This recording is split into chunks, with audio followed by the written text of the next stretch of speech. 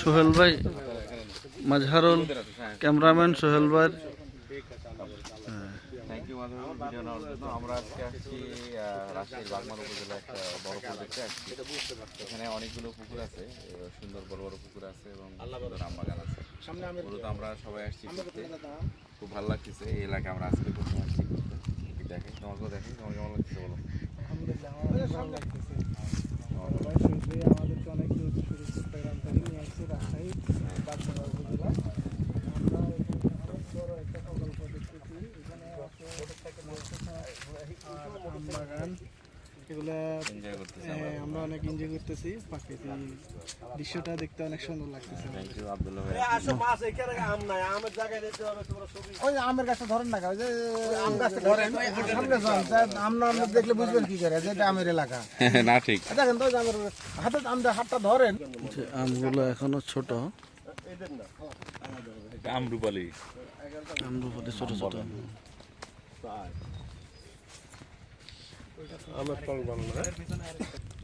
এই যে আমাদের সোহেল ভাই আর মাজহারুল পুরা অবজার্ভ করে আসলো। হ্যাঁ, ভিডিও থ্যাংক হচ্ছে। ইউ আব্দুল্লাহ ভাই ভিডিওতে নেওয়ার জন্য। আমরা আজকে একটা বড় প্রজেক্ট দেখতে আসছি। শহীদ ভাইকে থ্যাংক ইউ, আমাদের আঙ্কেলকেও থ্যাংক ইউ। আমরা এই প্রজেক্টে অনেকগুলো বড় বড় পুকুর, না আঙ্কেলের এছাড়া আসলে দেখা হতো না। এই পুকুরগুলো অনেক সুন্দর এবং পরিবেশ খুব ভালো। পুকুরে ঘাট দিয়ে চারপাশ আম গাছ। এখানে দেখেন একটা ডালফা মাছের খাদ্য দেওয়ার জন্য। সিমেন্টের, এটা কিন্তু প্লাস্টিক না, সিমেন্টের কিভাবে বাসা দেখেন, প্ল্যানিং করা। হ্যাঁ,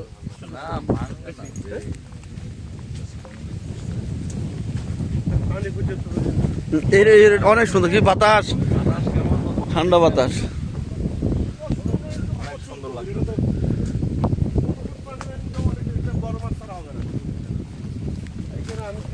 আমাদের হিরো সোহেল ভাই, মাশাআল্লাহ।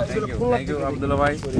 মানে গভীরতা বেশি না, হয়তো হালকা 2-5 ফিট ইয়া থাকে, মানে জমির মধ্যে এগুলা সিজনালি করে। এই যে এখানে পুকুরের প্রকল্পটা মৎস্য প্রকল্প, এখানে আমের বাগান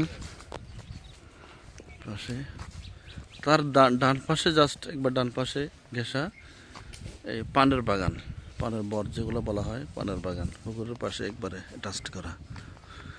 আমের সিজন এখনও ছোট, আমগুলো সর্বোচ্চ মনে 20-25 গ্রাম করে হয়েছে, এখনও বড় হয় নাই, বড় হবে এখনও। আমরা আসছি মাত্র বড় হওয়ার আগে।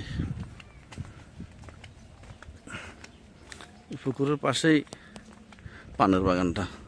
আপনাদেরকে একটু পানের বাগানের ভিতরে চেহারাটা একটু দেখাতে চেষ্টা করে, দেখাতে পারে কিনা।